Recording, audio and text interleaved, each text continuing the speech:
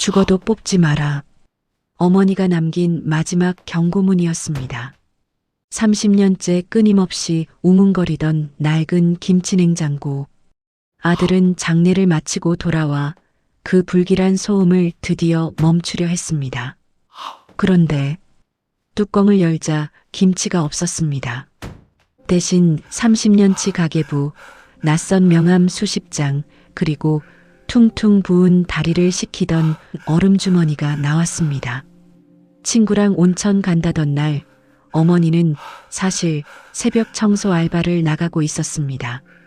아들 몰래, 남편 몰래 30년 동안 냉장고 가장 차가운 바닥엔 아들의 인생 고비마다 날짜를 맞춰 쌓아둔 통장이 있었고 삐뚤빼뚤한 글씨로 이렇게 적혀 있었습니다. 추운 냉장고 속 돈은 안 썩는다. 내 인생도 썩지 않게 내가 지켰다. 이 이야기 끝까지 보시면 후회하지 않으실 겁니다. 뚜껑은 생각보다 무거웠다. 아니, 정확히는 무거운 게 아니었다.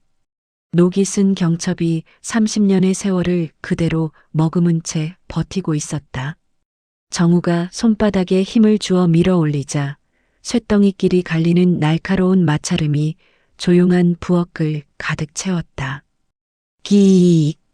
소름이 돋았다. 소리 때문만은 아니었다. 뚜껑이 열리는 그 짧은 순간 정우는 이상하게도 심장이 조여드는 느낌을 받았다. 마치 열어서는 안 되는 문을 여는 것 같은, 한 번 보면 되돌릴 수 없는 무언가를 마주하기 직전의 감각.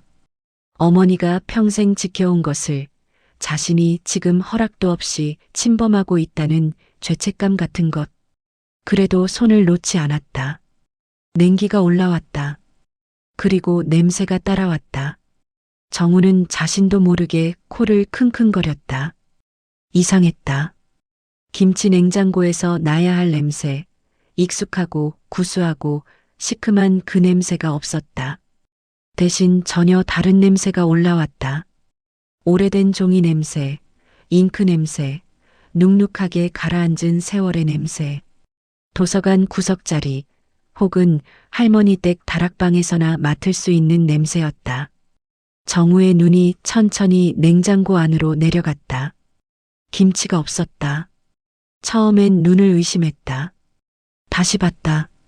역시 없었다. 김치는커녕 음식이라고 부를 수 있는 것이 단 하나도 없었다. 대신 냉장고 안을 가득 채우고 있는 것은 신문지에 단단히 쌓인 크고 작은 뭉치들이었다. 차곡차곡 흐트러짐 없이 누군가 오랜 시간을 들여 정성스럽게 쌓아 올린 것처럼, 마치 냉장고가 처음부터 이것들을 보관하기 위해 만들어진 것처럼. 정우는 맨 위에 놓인 뭉치를 집어들었다. 신문지를 조심스럽게 벗겨냈다. 손이 미세하게 떨렸다. 안에서 나온 것은 낡은 노트였다. 표지가 닳아 색이 거의 지워진 세로로 긴 형태의 가계부였다. 뒤이어 하나 또 하나. 뭉치마다 같은 형태의 가계부가 나왔다. 날짜 순서대로 묶여 있었다. 가장 오래된 것은 32년 전이었다. 정우가 태어난 해의 이듬해였다. 손이 저절로 첫 번째 가계부를 펼쳤다. 빽빽하게 채워진 숫자들. 수입, 지출, 잔액. 어머니의 필체로 한 줄 한 줄 기록된 숫자들은 마치 작은 비명처럼 보였다. 넉넉하지 않은 살림이 고스란히 드러났다. 쌀값, 연탄값, 학원비, 약값. 정우는 숫자들 사이를 눈으로 더듬다가 한 페이지에서 멈췄다. 굵은 빨간 줄이 그어져 있었다. 날짜를 확인했다. 기억이 났다. 아프도록 선명하게. 정우가 처음 사업에 실패하고 집이 경매에 넘어갈 위기에 처했던 바로 그날이었다. 정우 자신도 술에 취해 기억을 지우고 싶었던 그 날짜가 어머니의 가계부에는 빨간 줄로 단단히 새겨져 있었다. 그 줄 옆에 메모가 있었다. 작고 흔들리는 글씨였다. 급하게 썼거나 아니면 손이 떨리는 상태로 썼거나. 정우는 눈을 가까이 가져갔다. 내 새끼 길바닥엔 안 나앉게 한다. 글자 위에 번진 자국이 있었다. 잉크가 번진 것이 아니었다. 물이었다. 눈물이었다. 이미 30년 전에 마른 눈물이 종이 위에 파문처럼 남아 있었다. 정우는 가계부를 든 채로 천천히 바닥에 주저앉았다. 머릿속이 하얘졌다. 아무 생각도 나지 않았다. 아니, 너무 많은 생각이 한꺼번에 몰려와 서로 뒤엉켜버렸다. 어머니는 알고 있었다. 정우가 애써 숨겼던 그 위기를, 아무렇지 않은 척 밥상을 차려주던 그 손으로 이미 알고 있었다. 그리고 무너지는 아들을 앞에 두고 밤새 이 가계부 앞에 앉아 혼자 울었다. 정우는 냉장고를 바라보았다. 웅웅거리는 소리가 여전히 계속되었다. 아까와 같은 소리였는데 지금은 다르게 들렸다. 기계 소리가 아니었다. 차갑고 어두운 공간 안에서 30년을 혼자 버텨온 것들이 내는 숨죽인 울음소리처럼 들렸다. 정우는 아직 열지 못한 뭉치들이 냉장고 안에 가득 남아있다는 것을 알고 있었다. 그러나 당장은 더 꺼낼 수가 없었다. 손이 움직이지 않았다. 다음에 나올 것들이 무엇인지 이미 몸이 먼저 알고 있는 것 같았다. 알면 되돌릴 수 없으니까. 알면 지금보다 더 무너질 것 같으니까. 그럼에도 정우의 손은 다시 천천히 냉장고 안으로 향하고 있었다. 장례를 마치고 돌아오는 길은 언제나 이상하게 길다. 정우는 고속버스 창밖을 멍하니 바라보았다. 논밭이 흘러가고 이름 모를 마을들이 스쳐 지나갔다. 눈은 뜨고 있었지만 아무것도 보이지 않았다. 사흘 동안 울 만큼 울었다고 생각했는데 막상 눈물이 마르자 그 자리엔 눈물보다 더 무거운 것이 들어앉았다. 이름 붙이기 어려운 감각. 굳이 표현하자면 비어버린 자리가 얼마나 컸는지를 비로소 실감하는 순간의 무게 같은 것이었다. 고향 집 골목에 들어서자 발걸음이 절로 느려졌다. 대문 앞에 서서 한참을 망설였다. 열쇠를 꺼내 자물쇠에 꽂으면서도 손목에 힘을 주지 못했다. 문을 열면 어머니가 없다는 사실이 집 안가득 확인되어 버릴 것 같았다. 복도 끝에서 왔냐 하는 목소리가 들릴 리 없다는 걸 알면서도 그 목소리를 기다리는 귀를 어쩌지 못했다. 삐걱 마이너스. 녹슨 경첩이 비명을 질렀다. 현관문이 열리는 순간 냉기가 먼저 쏟아져 나왔다. 사람의 온기가 빠져나간 집은 이렇게 빨리 식는구나. 퀴퀴한 먼지 냄새, 오래된 나무 냄새, 그리고 어딘가 묘하게 낯익은 냄새.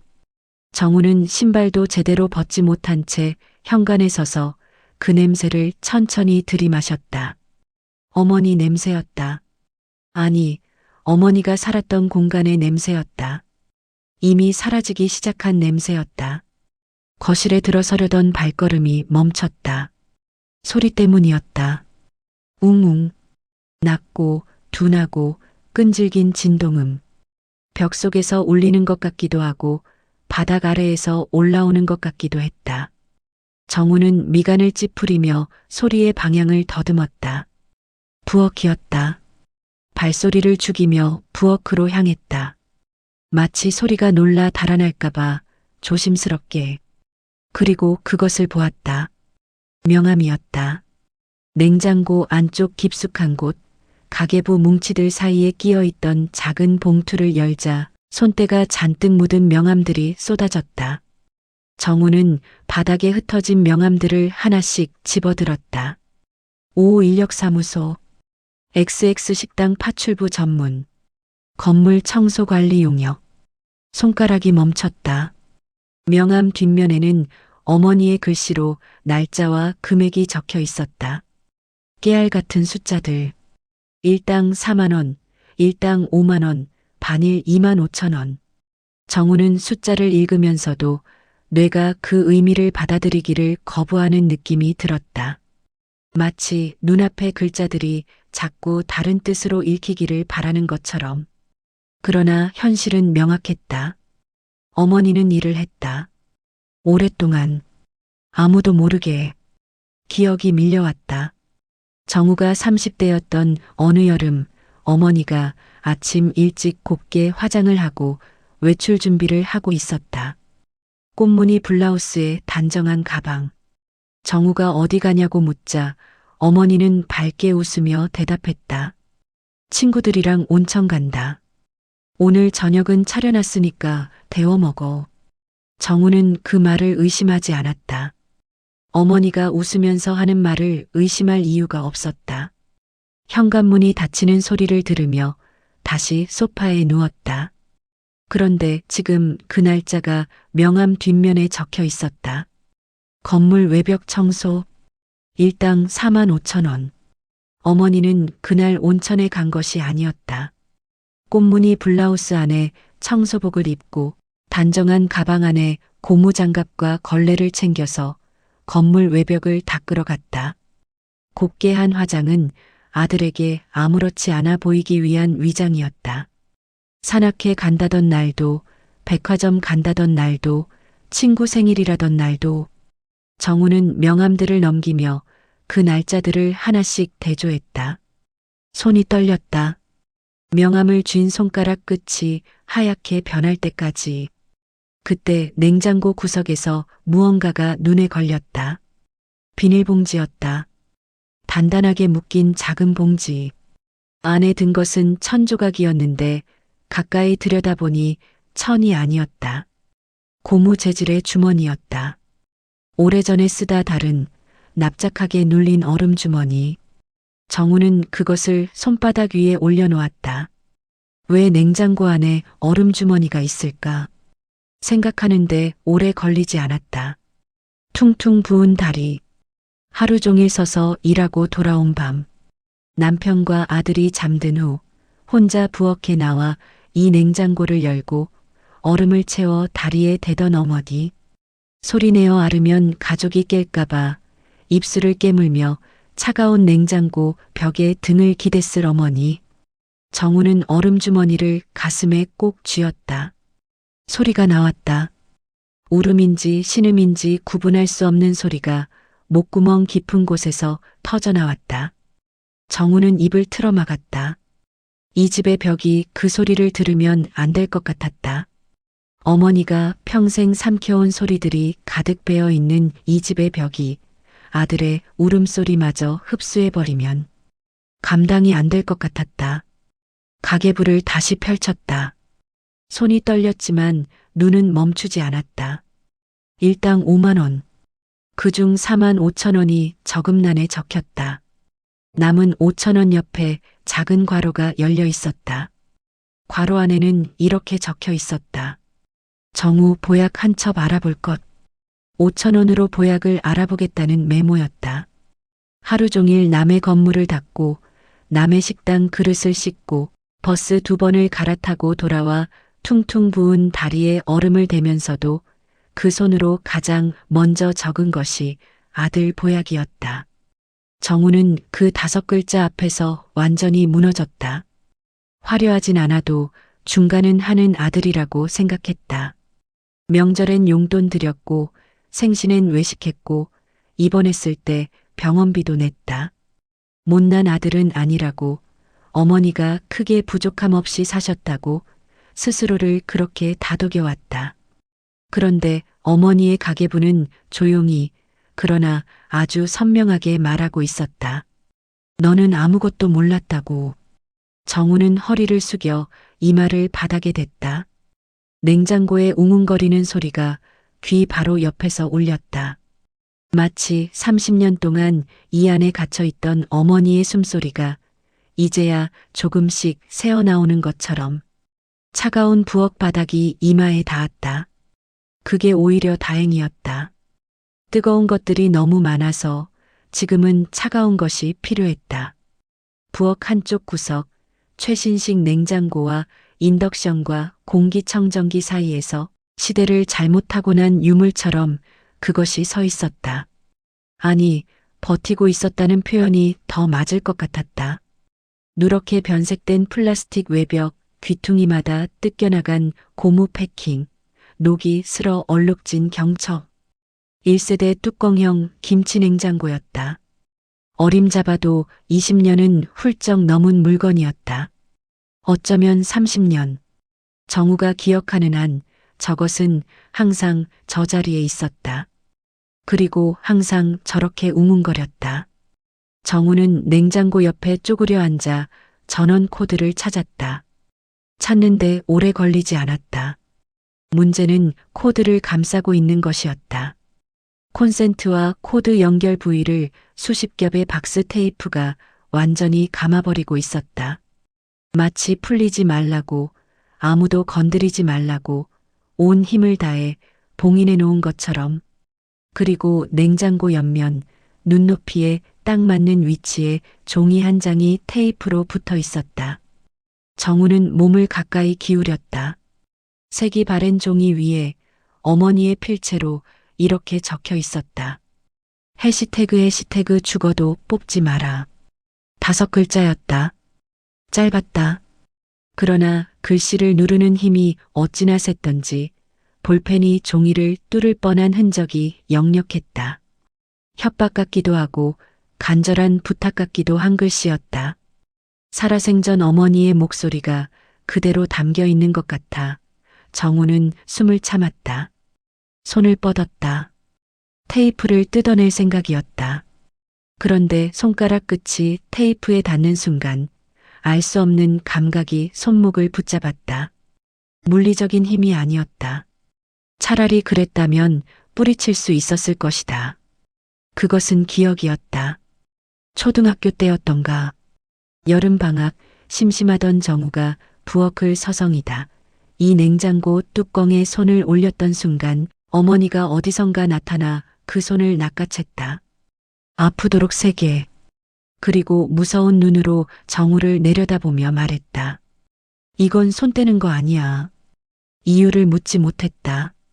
어머니의 눈빛이 그것을 허락하지 않았다. 그 후로도 몇 번 냉장고 근처를 기웃거릴 때마다 어머니는 귀신같이 나타나 정우를 다른 곳으로 데려갔다. 설명 없이, 이유 없이, 다만 절대로 열지 못하게 했다. 왜였을까?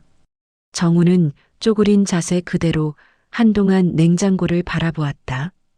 웅웅거리는 소리는 멈추지 않았다. 오히려 정적 속에서 더 크게 들렸다. 마치 안에서 무언가가, 오랫동안 기다려왔던 무언가가 이제 열어봐도 된다고 말하는 것처럼. 정우의 손이 천천히 뚜껑 위로 향했다. 냉장고 바닥이었다. 가계부 뭉치들을 하나씩 꺼내다 보니 어느새 냉장고 안이 텅 비어가고 있었다. 정우는 기계적으로 손을 움직였다. 더 이상 놀라지 않으려고, 더 이상 무너지지 않으려고 스스로를 다잡으면서. 그러나 몸은 이미 알고 있었다. 마지막이 남아있다는 것을.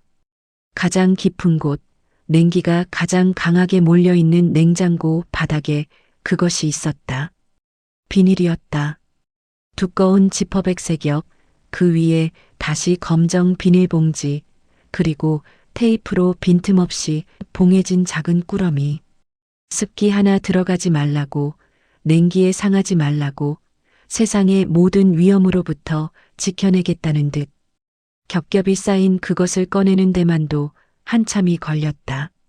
정우는 테이프를 뜯으면서 손끝에 느껴지는 감촉에 집중했다.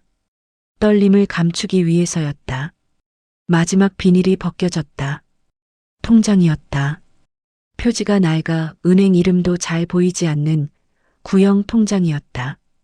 정우는 통장을 손에 쥔 채 한동안 뚜껑을 열지 못했다. 창밖에서 바람 소리가 들렸다. 냉장고는 여전히 웅웅거렸다. 시간이 멈춘 것 같았다. 천천히 통장을 펼쳤다. 숫자들이 눈에 들어왔다. 한 줄, 두 줄, 세 줄. 정우는 숫자를 읽다가 숨이 막혔다. 잔액이 아니었다. 그 액수가 얼마인지가 문제가 아니었다. 문제는 날짜였다. 입금 날짜들이 있었다. 불규칙하게 그러나 분명한 패턴으로 찍혀 있는 날짜들. 정우는 그 날짜들을 손가락으로 짚어가며 기억을 더듬었다. 첫 번째 날짜, 정우가 다니던 회사에서 명예퇴직 통보를 받은 달이었다. 두 번째 날짜, 정우의 아내가 크게 아파 병원비가 감당이 안 되던 그 해였다.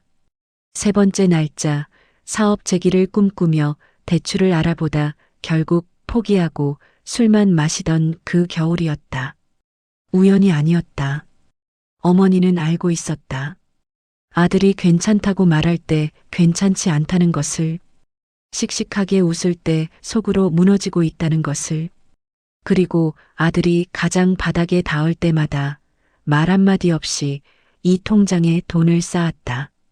아들이 손 내밀기 전에 아들이 그 손을 내밀어야 할 상황조차 만들지 않으려고 정우는 통장 마지막 장을 넘겼다. 거기에 편지가 있었다. 통장 뒷표지 안쪽에 반으로 접힌 편지지 한 장. 꺼내는 손이 떨렸다. 종이를 펼치자 어머니의 필체가 나타났다. 이번엔 흔들리지 않는 글씨였다. 오랫동안 마음속에 담아뒀다가 결심하고 천천히 쓴 글씨였다. 정우야, 추운 냉장고 속에 돈을 넣어두면 안 썩는단다. 내 인생도 썩지 않게 내가 지켰다. 엄마가 멀리서 지켜보는 거 눈치챘니? 못 챈 것 같아서 그냥 말 안 했다. 내가 모르는 게 더 좋을 것 같아서. 이거 찾거든 울지 마라. 내가 잘 살면 그게 다다. 정우는 편지를 손에 쥔 채 움직이지 못했다. 울지 말라고 했다. 그러나 눈물은 이미 턱 아래로 떨어지고 있었다. 막으려 해도 막히지 않았다. 어머니는 30년을 혼자 울었는데 정우는 단 몇 줄짜리 편지 앞에서 무릎이 꺾였다. 억울했다. 어머니가 그 세월을 혼자 버텼다는 것이, 아들에게 한 번도 기대지 않았다는 것이, 기댈 수 있었는데, 기대도 되는데 끝내 혼자 다 감당해버렸다는 것이 미안했다.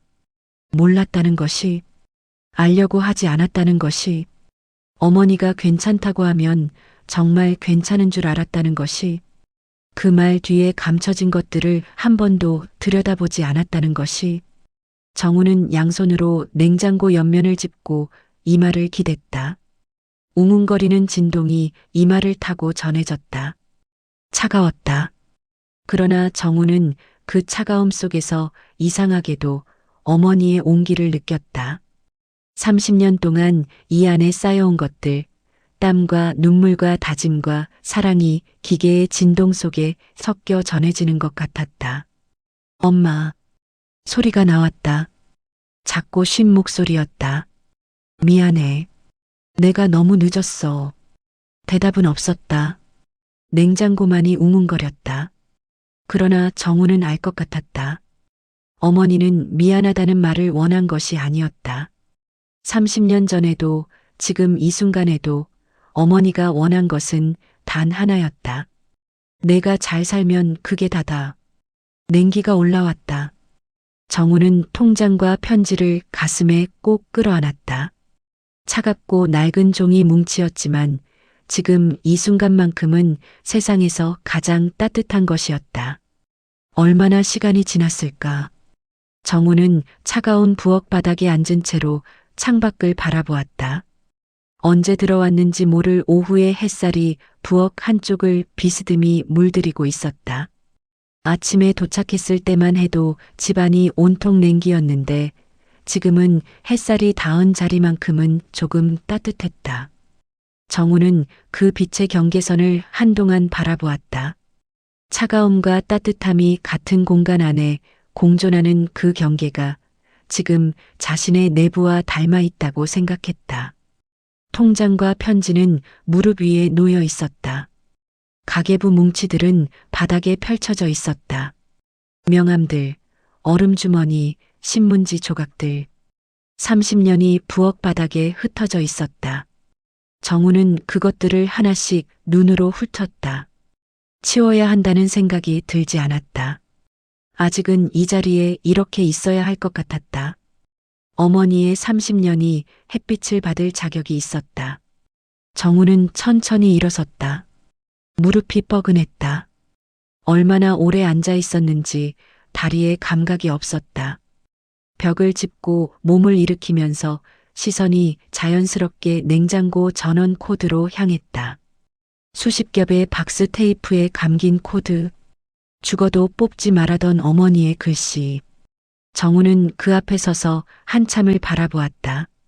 30년이었다. 어머니가 살아있는 동안 단 한 번도 꺼지지 않았던 기계.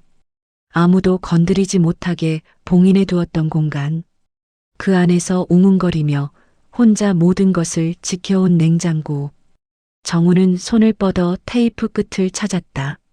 손톱으로 테이프 끝을 들어 올리자 접착제가 떨어지는 소리가 났다. 한 겹, 또 한 겹.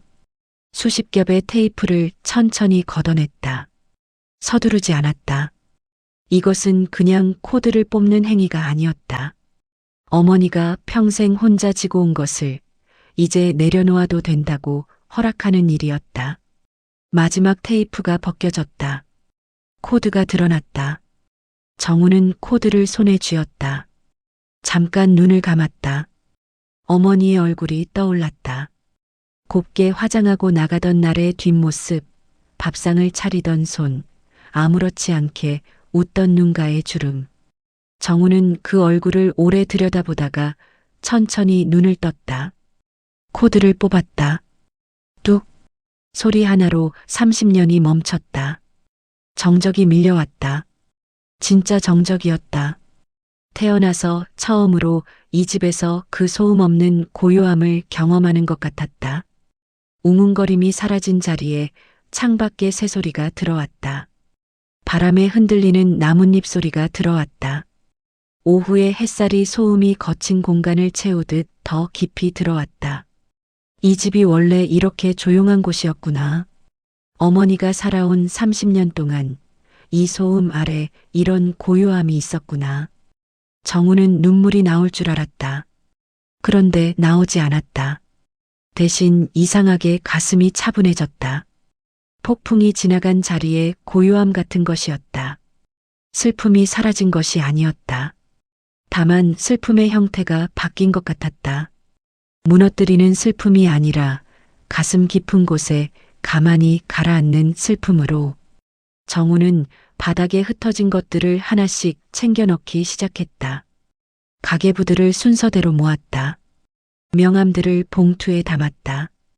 얼음 주머니를 손수건으로 감쌌다.